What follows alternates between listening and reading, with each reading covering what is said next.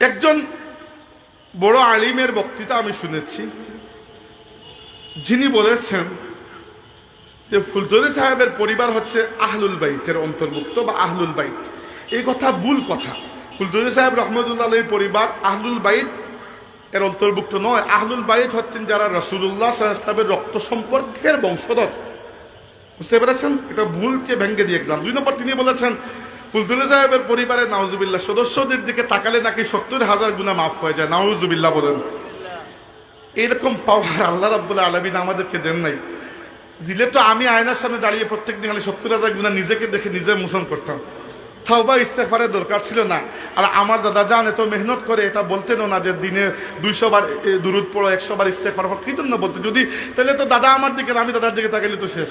70,000 গুনাহ করার আগে মাফ। আল্লাহর ওয়াস্তে ভাই এইসব ফালতু ফালতু কথা বলবেন না। এগুলা বলে নিজেও সমালোচনার পাত্র হন, আমাদেরকেও মানুষ সমালোচনা করে মনে করে ফুলতলিতে মনে হয় আমরা এরকম গুনাহ মাফ করে আর জান্নাতের টিকিট বেচার আসর বসিয়ে রেখেছি।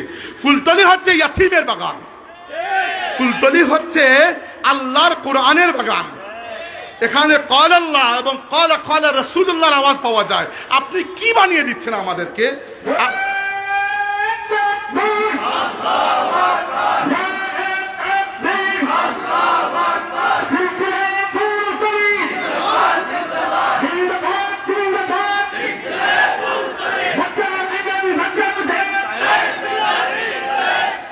যদি ভণ্ডামি করতে হতো আর যদি এরকম দরবার আর বাজার সাজাতে হতো, ফুলতলি সাহেবের চাইতে বেশি সুযোগ কারো ছিল? আমাকে বলুন। আল্লাহ রাব্বুল আলামিন এত মানুষকে আল্লাহর ওলির মহব্বতকে তাদের মধ্যে ঢুকিয়ে দিয়েছেন। যদি আল্লাহর ওলি চাইতেন এটাকে এক্সপ্লয়েট করে দুনিয়াবি কোনো ফায়দা লুটতে, তাহলে তার চেয়ে বেশি ধনী মনে হয় বাংলাদেশে কেউ থাকতো না। তিনি যদি এরকম ঘোষণা দিতেন যে আমার চেহারা দিকে থাকলে 70,000 গুনাহ মাফ হয়ে যায়, তাইলে তো আর কথাই ছিল না। কিন্তু আল্লাহর ওলি তো আমাদেরকে এটা শিখিয়ে যান নাই।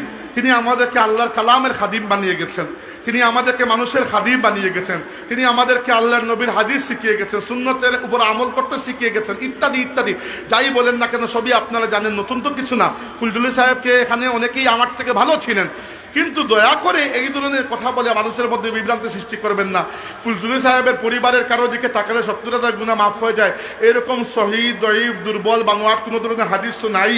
কোনো উলামা কেরাম জিন্দেগিতে কোনো জায়গায় লিখেছেন বলেছেন এরকম পাবেন না। আমি চ্যালেঞ্জ দিয়ে বলছি আপনাকে। অতএব এদিক থেকে ওদিক থেকে সিপাই সাপাই দলিল দিয়ে নিয়ে এসে এগুলাকে সাবিত করার চেষ্টা করবেন না।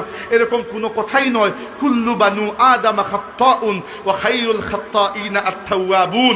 নবী রাসূল ছাড়া প্রত্যেক আদম সন্তান গুনাহগার, আর সবচেয়ে ভালো গুনাহগার হচ্ছে সে যে গুনাহ করার